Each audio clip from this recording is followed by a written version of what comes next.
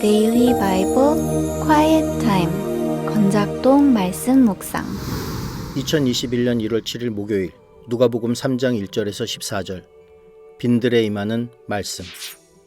디베리오 황제가 통치한 지 15해 곧 본디오 빌라도가 유대의 총독으로 헤롯이 갈릴리의 분봉왕으로 그 동생 빌립이 이드로야 드라고니 지방의 분봉왕으로 루사니아가 아빌레네의 분봉왕으로 안나스와 가야바가 대제사장으로 있을 때 하나님의 말씀이 빈들에서 사가랴의 아들 요한에게 임한지라. 요단이 요단강 각처에 와서 죄사함을 받게 하는 회개의 세례를 전파하니 선지자 이사야의 책에 쓴 바 광야에서 외치는 자의 소리가 있어 이르되 너희는 주의 길을 준비하라. 그의 오실 길을 곧게 하라. 모든 골짜기가 메워지고 모든 산과 작은 산이 낮아지고 굽은 것이 곧아지고 험한 길이 평탄하여질 것이요 모든 육체가 하나님의 구원하심을 보리라 함과 같으니라. 요한이 세례받으러 나아오는 무리에게 이르되 독사의 자식들아 누가 너희에게 일러 장차 올 진노를 피하라 하더냐. 그러므로 회개에 합당한 열매를 맺고 속으로 아브라함이 우리 조상이라 말하지 말라. 내가 너희에게 이르노니 하나님이 능히 이 돌들로도 아브라함의 자손이 되게 하시리라.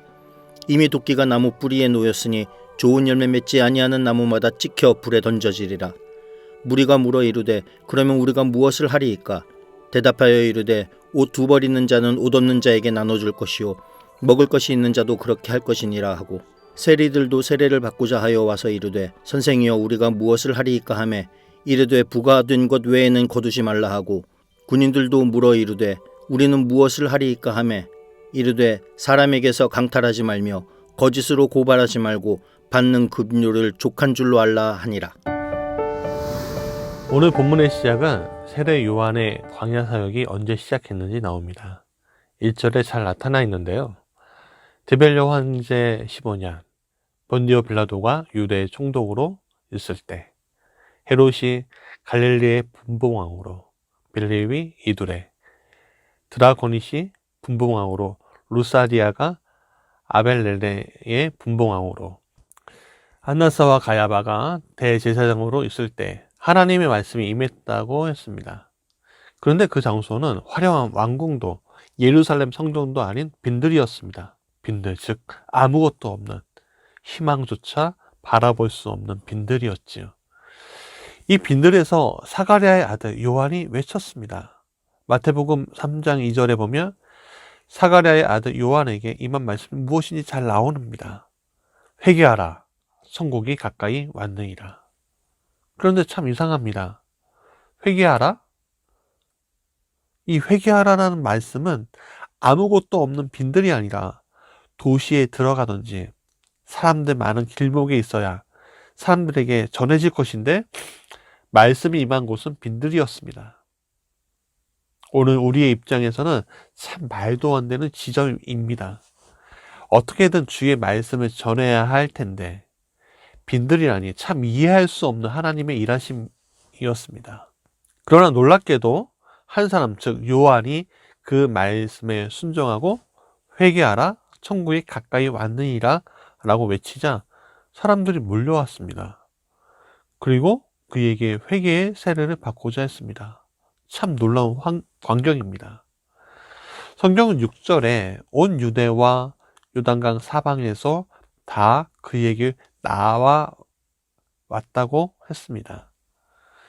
또한 많은 바리새인들과 사두개인들이 그 속에 포함되었다고 했습니다.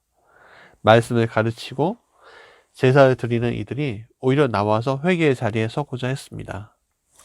오히려 회개의 말씀을 선포하는 자, 요한의 옷차림은 그들보다 초라했습니다. 그의 옷은 낙타 털옷이었고 허리에 가죽띠를 띠고 음식은 메뚜기와 석청이었다고 성경은 증언하고 있습니다. 저는 이것을 보면서 오늘 목사님 우리에게 말씀이 임하고 있는지에 대해서 고민했습니다. 하나님의 말씀을 위해 참 여러 가지 것들이 필요하고 하나님의 선교를 위해서 참 여러 가지 것들이 해야 한다고 생각했습니다. 그래서 어느새 말씀보다는 요 근래 비대면 예배 때문에 라는 핑계로 얼리 어답터가 되어가는 제 자신을 보고 있노라면 광야에 외치는 소리가 아닌 회개의 자리로 나와야 하는 바리새와 사두개인의 모습이 바로 제 모습인 것을 보게 되었습니다. 그렇습니다. 저는 세상을 향해 회개하라고 외쳐야 하는 자리가 아닌 세례 요한이 외친 독사의 자식이고 임박한 진노를 피할 길이 없는 자인 것을 보게 됩니다. 저는 하나님 나라의 부흥이라는 명목으로 사람들이 많이 다니는 거리를 찾아서 어떻게 하면 더 좋은 입지, 어떻게 하면 사람들이 몰려올까 걱정하는 쭉증이 같은 믿음의 신앙을 가지고 있는 것이 아닌가 고민하게 되었습니다. 말씀에 힘이 있는데 자꾸 말씀보다는 다른 것, 다른 방편을 생각하고 있는 저는 쭉정이입니다. 그래서 저는 성령과 불러서 세례를 베푸시는 예수님이 필요합니다. 예수님만이 심판의 자리에 어느새 가 있는 저를 이끌어 내실 것입니다.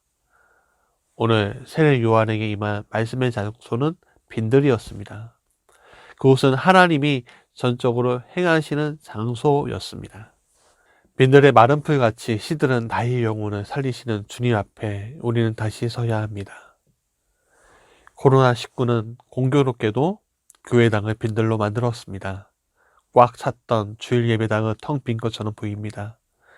첨단 기술로 인터넷으로 말씀을 전한다고 해도 소수의 몇몇입니다. 많은 이들이 더 좋은 방송 시스템으로 무장한 교회들로 찾아 들어갑니다.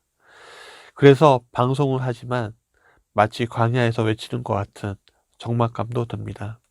그러나 빈들의 하나님의 말씀이 임하시고 그 말씀은 오늘 죽어있던 심령을 깨웁니다.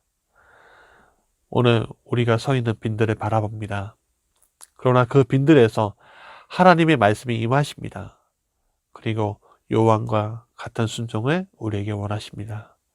주여, 성령아 불로 오늘 우리에게 임하여 주옵소서. 아멘.